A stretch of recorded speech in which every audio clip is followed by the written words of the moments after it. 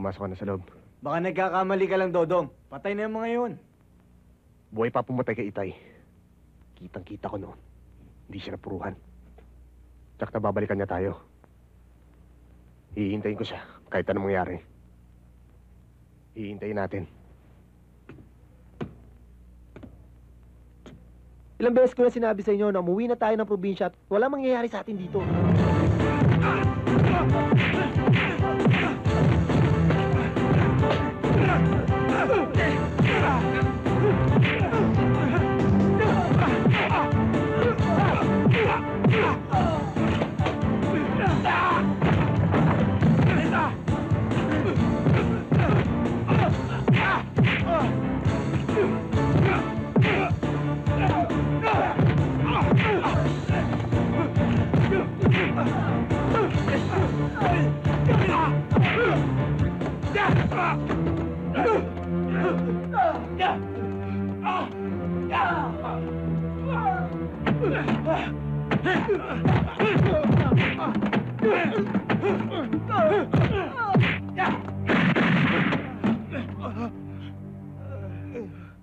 Sige, ituloy niyo ang pagtitigas-tigasan niyo nang matitigas kayong paglamayan.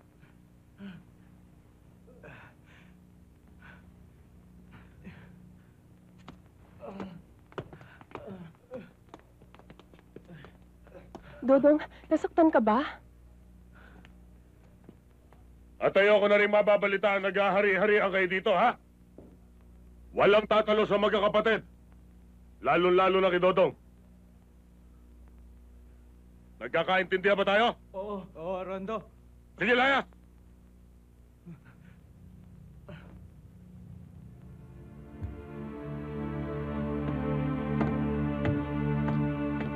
Dahil tagal sinupakan ni Rondo. Tipong re-rest back. Pumasok ka na sa loob. Baka nagkakamali ka lang, Dodong. Patay na yung mga yun. Buhay pa pumatay kay Itay. Kitang-kita ko noon. Hindi siya napuruhan. Tsak na babalikan niya tayo. Hihintayin ko siya, kahit anong mangyari. Hihintayin natin. Ilang beses ko na sinabi sa inyo na umuwi na tayo ng probinsya at wala mangyayari sa atin dito. Pinaglalaroan lang nila tayo. Okay lang sana kung lagi nandiyan si Rondo eh. Paano kung wala na siya? Dodong, tama yung sinasabi ni Lupe. 12 taon na nakaraan. Kung babalik man siya, di sana noon pa. Kung gusto niyong umalis, bahala kayo.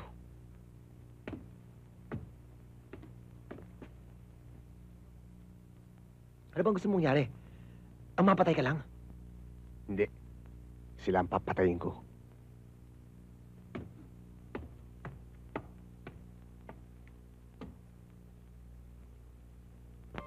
Alam mo, Dodong, tamang sinabi ni na Lupe.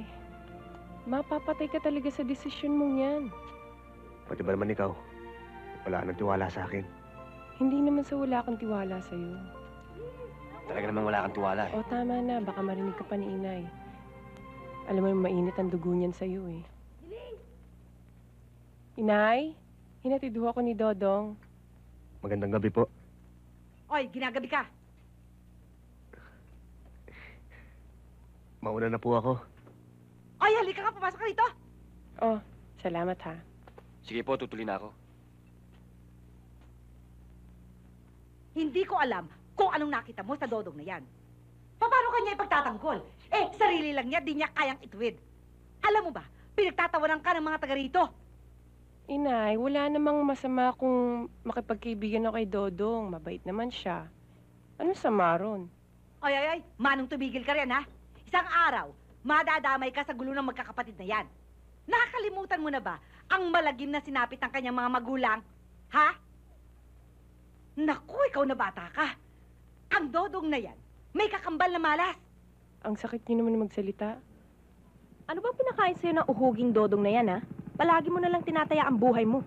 Wala naman niyang kapatid na babae para palaparin mo ang papel mo. Nagdududa na ako sa'yo, ha? Ikaw talaga babae ka, napakakitid ng utak mo. Pinaghihinalaan mo pa akong bakla ngayon.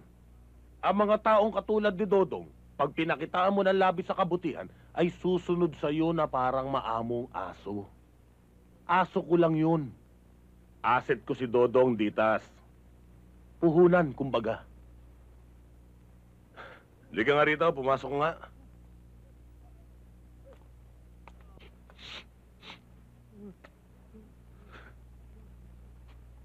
Ako, hindi nagpunta rito para pag-usapan si Dodong.